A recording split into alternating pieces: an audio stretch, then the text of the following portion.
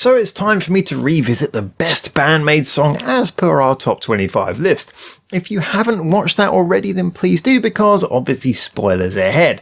This song, well, we haven't covered it since the reaction video back on our previous channel, as woefully deleted by the band that shall not be named. And other than that, there was just a short review we did in the top 25 list itself. So let's give it a proper analysis, as it deserves at long last. Hi there and welcome back to Japan, where we're going to talk about Bubble by Band-Maid. A slow grower perhaps, but also a song with mighty staying power. In fact, as I had mentioned in the top 25 countdown, this was a song that had not really been on my regular repeat playlist or even really considered for number one until I started much more heavily re-listening to every song on the catalogue again in preparation for that top 25 list video. Bubble is not a song that even screams timeless for three reasons. Three reasons that make it a very understated masterpiece, I should point out. Firstly, it's very safely within the genre of hard rock we know and love from The Maid, so sonically it doesn't try to grab your attention. Secondly, there's no big riff to bring you into the song, like say a Smells Like Teen Spirit or Enter Sandman or Song 2. It isn't trying to stamp a signature opening on you immediately. This is partly as the song looks to build up over its duration rather than start all guns blazing, a matter we will come to later on. And thirdly, despite a stunning crescendo, Bubble doesn't ever really try to score a catchy chorus. Not that catchy choruses are often something Band-Maid focus too much on actually, but here the hook is carefully designed to serve a very different purpose from the one that you usually would associate with a legendary radio hit, shall we say. So there's obviously a lot to unpack on here. Let's get started. As you probably gathered from the previous comments, a lot of my love for Bubble is very much tied up in its arrangement and the sense of direction. The introduction and riff give very little indication of urgency and could be said to not really imply any particular emotion at all other than a little bit of a bounce and a swag to the beat.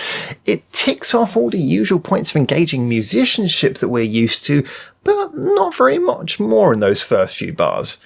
As the verse comes in, once again, little changes on that front as the song sticks to a cool, calm melody. However, that distorted vocal and way Psyche drags on the note like a long draw from a cigarette gives a sense that we're starting the cool and calm way so we can build to something later. There is a slightly brooding sense seeping into the air, you could say at this point. Now, Bubble's pre-choruses do a great job of building that cool, calm energy up through clearing vocal production, increasing speed of vocal delivery and irregularity of rhythm and a rising chord structure, and this all rolls out the red carpet for a truly fantastic chorus. Why is it so fantastic, especially if I previously said it's not actually that catchy? Well, because it serves such a perfect function in the song's larger arrangement once again. The chorus is built on 4 chords that each go up from the one before like rising steps, and each arrives in a metronomic regular spacing from the one before. This may seem a bit boring and maybe even antithetical to what we usually praise in a chorus, but once again, this is no standard chorus. It creates a sort of marching, building sense of drama akin to, say, John Murphy's famous piece from 28 Days Later.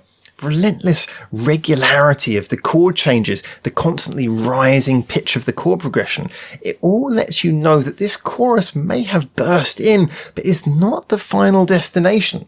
Psyche blasts her rapid-fire vocals to give further intensity, but when the chorus suddenly ends at the end of the first time round and we go back to the riff, it leaves you deliberately a little bit unsatisfied, like something more should have followed. But remember, we're playing the long game in this song, and future choruses have every intention of building on that first one. Therefore, Bubble becomes more than simply figure-8 choruses with a few verses stuck in the middle. It becomes a series of refrains, each building on the prior towards the crescendo of the song, the big payoff. The first chorus, as mentioned, ends with an abrupt, deliberate anticlimax. The second chorus ends with a half-time beat and chord pattern change that switches the tone from frantic to anthemic in the blink of an eye, whilst keeping the same vocal melody going over the top, thus leaving you feeling that you're still in the chorus. The final chorus again utilizes this change of backing, but this time also changes the vocal melody as well to a much catchier earworm that beautifully caps off the song, building again on the expectations set by the two choruses previous. In conclusion, we get an arrangement that not only utilizes a wealth of writing techniques to maximize everything the song has to offer, but is an arrangement that is patient as well. There's enough variation between the opening bar and the end of the first chorus to put many of their peers at shame, but it's the fact that this is just the first step in a bigger picture of building the song to a final crescendo moment that makes it such a sweet, sweet pleasure for re-listens. Many contemporary rock singles these days can be pretty much summed up in the first 80 seconds. This song keeps upping its game all the way to one of the most fantastic closing minutes of any hard rock song ever, in my opinion. Combine these qualities with the amazing performance we have come to expect from Band-Maid, and it's an irresistible force of a song. A mature work that doesn't seek to pander to the passerby listener, but instead reward the attentive and emotionally invested listener. It's a song that uses the tools the band has mastered, but in a fresh way. It's modest and yet clever. It's emotionally resonant and yet unstoppably rocking. And this is all why, for even a band like Band-Maid, Bubble gets to stand on top of a very hard-fought list, in my opinion. I guess it deserves a retrospective metaphor, therefore, doesn't it?